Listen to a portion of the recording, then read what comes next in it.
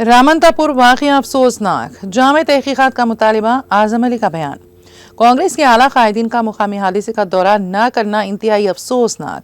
जगतियाल की 3 खवातीन की उदगीर में सैलाबी पानी में बह जाने के वाक़े पर इजहारी रंज मलाल। सीनियर BRS कायद मोहम्मद आज़म अली ने रामनतापुर के गोकुल नगर में पेश आए वाक़े पर शदीद अफसोस का इजहार किया। वाज़ेह है कि जन्माष्टमी जुलूस के दौरान रत बिजली की हाई टेंशन लाइन से टकरा गई, जिसके नतीजे में 6 कीमती इंसानी जानें तलफ हो गईं। महलूकिन की कृष्णा यादव, सुरेश यादव, श्रीकांत रेड्डी, रुद्रा विकास, राजेंद्र रेड्डी और गणेश की हैसियत से शिनाख्त की गई हैं। मोहम्मद आज़म अली ने कहा कि रियासती हुकूमत ने महलूकिन के विरसा के लिए 5 लाख रुपए का मुआवजा ऐलान किया है, जो कि नाकाफी है।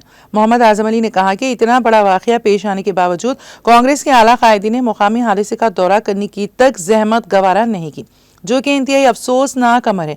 उन्होंने कहा कि रियासती हुकूमत महलूकिन के विरसा को खातिर ख्वाह मुआवजे की फराहमी के अलावा खानदान के एक फर्द को मुलाजिमत फराहम करे।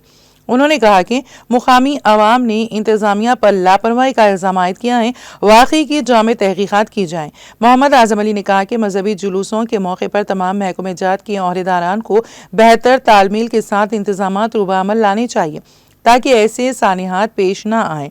मोहम्मद आज़म अली ने कहा कि मुस्तकबिल में ऐसे वाक़यात की रोकथाम के लिए मुनासिब इक़दामात रूबअमल लाए जाएं।